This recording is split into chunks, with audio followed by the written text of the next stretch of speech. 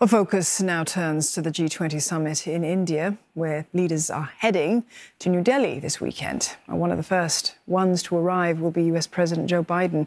He'll meet Prime Minister Narendra Modi on Friday for bilateral talks before meeting the other heads of state at the summit on Saturday.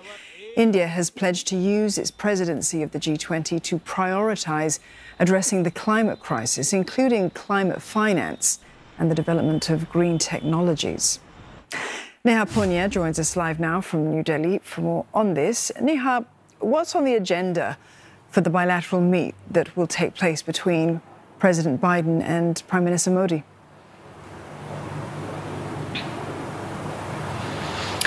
Don, this is the second time this year that the two leaders will be sitting down to hold bilateral talks, coming close on the heels of Mr. Modi's historic state visit to the US, where he was invited to the White House for the first time on a state visit in 9 years of being India's Prime Minister.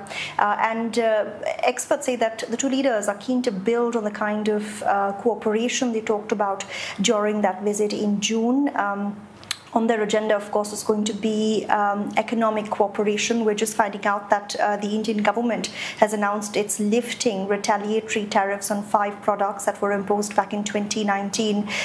This was back when US's president was Donald Trump, and there was a tariff war between the two countries. But when Mr. Modi and Joe Biden met in June, they had agreed to settle their WTO disputes and to lift these retaliatory tariffs.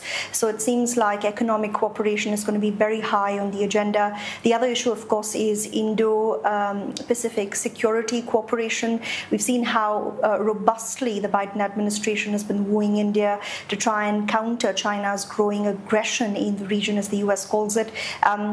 It's also a huge point of concern for India, given the sort of border standoff that continues to persist for 3 years and counting now. There's also the talk of China's recent map, something that India protested when Beijing laid claim to territories that New Delhi calls as its own. So we can expect some sort of joint statement condemning China's actions. And of course, they're also going to be discussing the G20 agenda, the White House says. And Neha, the heads of China and Russia will be conspicuously missing from the summit, but they're likely to also dominate discussions among world leaders once they're all there. Plenty of ongoing friction, of course, but what are the prospects for the G20 countries to actually reach a consensus at the end of this gathering? It's a huge concern, particularly for host India. When India took over the G20 presidency at the start of the year, there was a lot of optimism about its ability to bring warring factions to the same room, given its close ties to Russia, its refusal to condemn Moscow's campaign in Ukraine, its continued engagement with the West and its allies. So the sense was that if there was any place where all of these leaders could come together, it would be New Delhi. But given the developments in Ukraine, the sort of tense geopolitical developments we've seen play out over the last several months, it is quite likely, experts say, that a joint declaration will be hard to agree on. It's something the US has said is a challenge, particularly pointing fingers at Russia and China. Now, Xi Jinping is not coming, but China's premier is, and the sense we're getting is that the sticking point still remains condemnation of Russia's Ukraine campaign.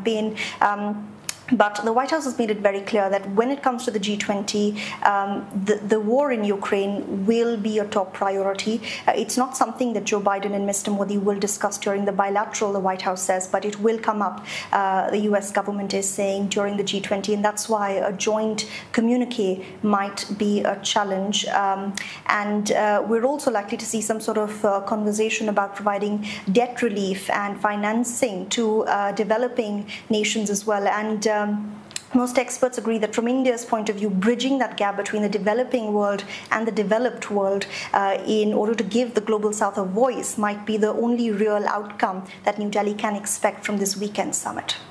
Neha, thank you. Neha Punya there, live for us in New Delhi.